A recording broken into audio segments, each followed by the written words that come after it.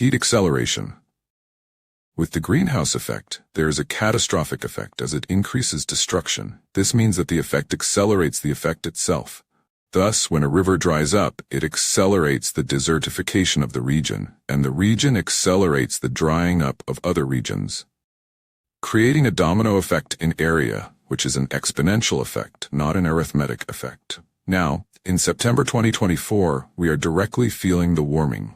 Over time, the heat will increasingly have an effect on human psychology, and this will generate several negative and destructive feelings.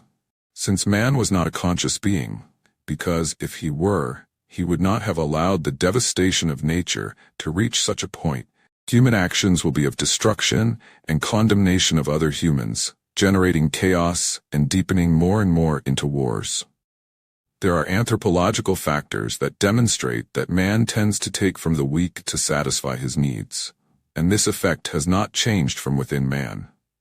Thus, only human beings who have learned reason and prevention have the factors to go against the animalistic system of human beings. The big problem is that almost all of the powers are in the hands of those who have animalistic systems.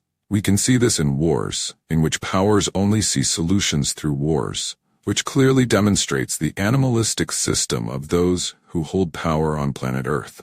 Therefore, the acceleration of heat tends to be generated by animalistic humans, with increased destruction, and consequently, the acceleration of heat. Hello, our video has ended, but you will find much more news on our YouTube channel, Busca de Verdade, and on our website reformadoresdesod.com.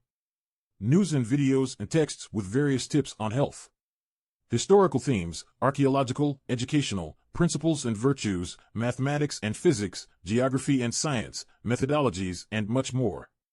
Join our channel and our website and you will see millions of topics covered there. Do not waste time.